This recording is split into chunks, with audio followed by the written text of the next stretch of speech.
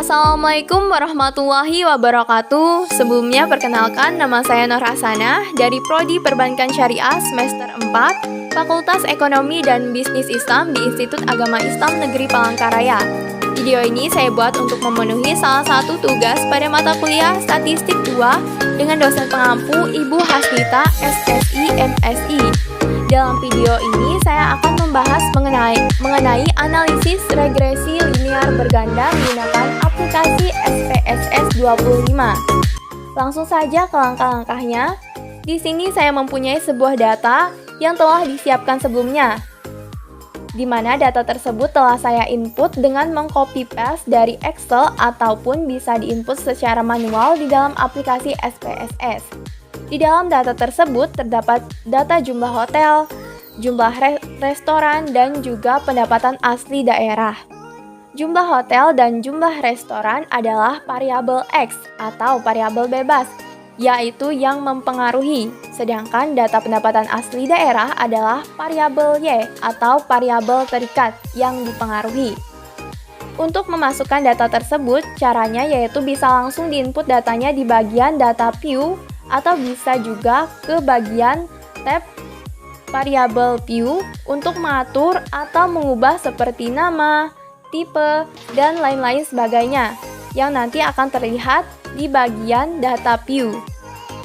Karena saya telah memasukkan datanya, untuk mencari bagaimana perhitungan regresi linear berganda dalam data tersebut, caranya adalah masuk ke bagian Analyze, kemudian pilih Regression, kemudian pilih yang linear.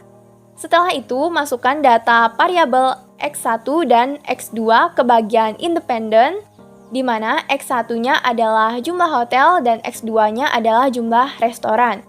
Sedangkan untuk data variabel Y, masukkan ke bagian Dependent. Di sini, variabel Y-nya adalah pendapatan asli daerah. Kemudian, pilih Statistik, centang bagian Estimates, Model Fit, dan juga R-Square, dan klik Continue. Kemudian klik OK. Nah, ini adalah hasil dari perhitungan SPSS atau outputnya. Jadi kita tidak perlu lagi menghitung secara manual. Untuk mengetahui apakah ada pengaruh jumlah hotel dan jumlah restoran terhadap pendapatan asli daerah, terdapat dua cara yang bisa kita lakukan. Yang mana cara tersebut sudah saya siapkan di aplikasi Word yang akan saya jelaskan bagaimana langkah-langkah dan analisis penyelesaiannya. Jadi, cara pertama yaitu menggunakan uji F simultan, seperti pada tabel yang sudah saya ambil hasil perhitungannya dari aplikasi SPSS ini. Caranya bisa dilihat dari F hitungnya. Nilai F hitungnya nanti kita bandingkan dengan F tabel, di mana hal pertama yang kita lakukan adalah menentukan hipotesis. Jadi, karena ada 2X, maka H0 yaitu B1 sama dengan B2 itu sama dengan 0. Artinya, jumlah hotel dan jumlah restoran tidak berpengaruh terhadap pendapatan asli daerah. Sedangkan H1-nya B1 tidak sama dengan B2 dan tidak sama dengan 0. Artinya, jumlah hotel dan jumlah restoran berpengaruh terhadap pendapatan asli daerah. Untuk mengetahui apakah H0 atau H1 yang diterima, maka kita perlu melakukan uji di mana cara mencarinya menggunakan uji F. Kita lihat F-nya, di sini nilai F hitungnya adalah 33,865 dan F tabelnya adalah 5,79. Nilai F tabel ini diperoleh dari tabel distribusi F yang bisa kalian download di Google maupun di aplikasi sejenis. Jadi seperti dalam rumus tersebut, maka F alpha sama dengan 0,05, kemudian K adalah banyaknya peubah X, berarti K-nya ada 2, kemudian N-nya ada 8, maka 8 dikurang 2 dikurang 1 sama dengan 5, jadi derajat bebasnya adalah 2,5. Nah, untuk mempermudah, kita juga bisa melihat derajat bebasnya itu 2,5 pada tabel ANOVA. Nah, kemudian di bagian ini, jika sudah, maka kita bisa melihat F tabel dari derajat bebas 2,5 di tabel distribusi F. Nah, jika menyesuaikan tabel distribusi F, maka F tabelnya adalah 5,79. Lalu kita bandingkan antara F hitung dengan F tabelnya, di mana kriteria pengujiannya jika F hitung lebih besar dari F tabel, maka tolak H0. Nah, di sini dapat dilihat karena nilai F hitungnya lebih besar dari F tabelnya, yaitu 33,865, lebih besar dari 5,79, maka tolak H0 yang artinya bahwa jumlah hotel dan jumlah restoran berpengaruh terhadap pendapatan asli daerah. Untuk lebih mudahnya kita bisa menggunakan cara kedua. Karena kita menggunakan SPSS yang di dalamnya sudah terdapat nilai signifikan, maka cara kedua ini kita tetapkan menggunakan hasil atau tabel yang sama seperti tabel perhitungan SPSS ini.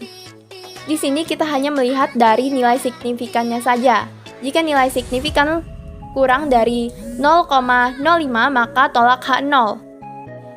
Nah, kita bisa langsung melihat bahwa nilai signifikannya yaitu 0,001. Jadi nilai signifikan lebih kecil dari 0,05, maka tolak H0, yang artinya bahwa jumlah hotel dan jumlah restoran berpengaruh terhadap pendapatan asli daerah.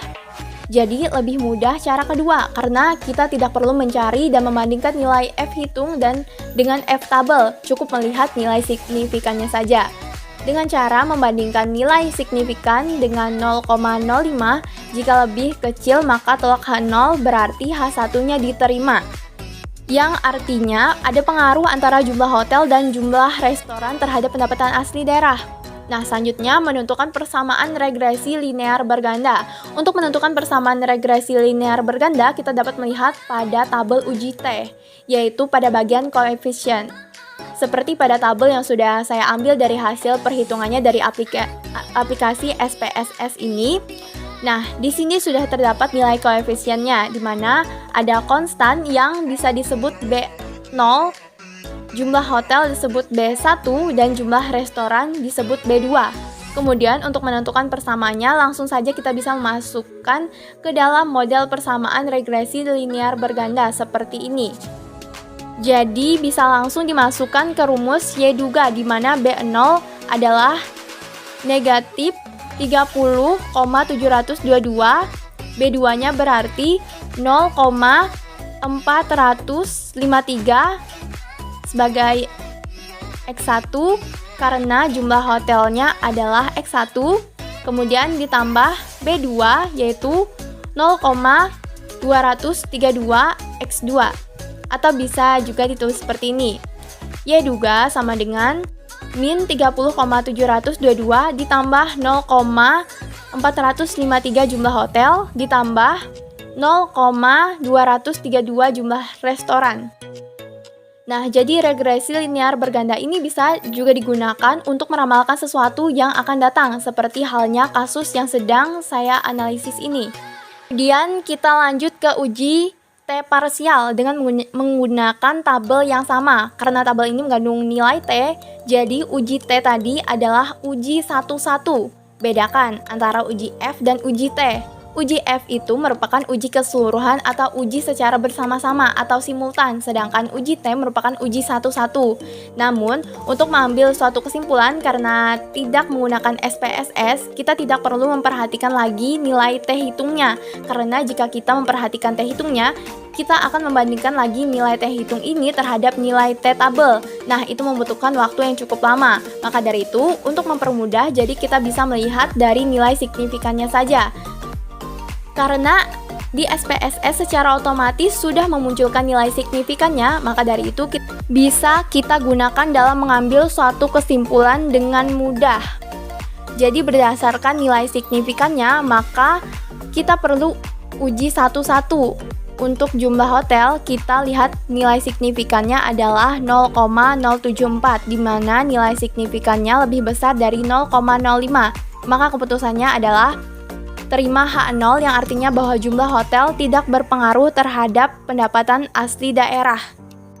Kemudian uji yang kedua yaitu jumlah restoran. Apakah ada pengaruhnya? Kita lihat nilai signifikannya adalah 0,256, di mana nilai signifikannya juga lebih besar dari 0,05. maka keputusannya adalah terima H0, yang artinya bahwa jumlah restoran juga tidak berpengaruh terhadap pendapatan asli daerah.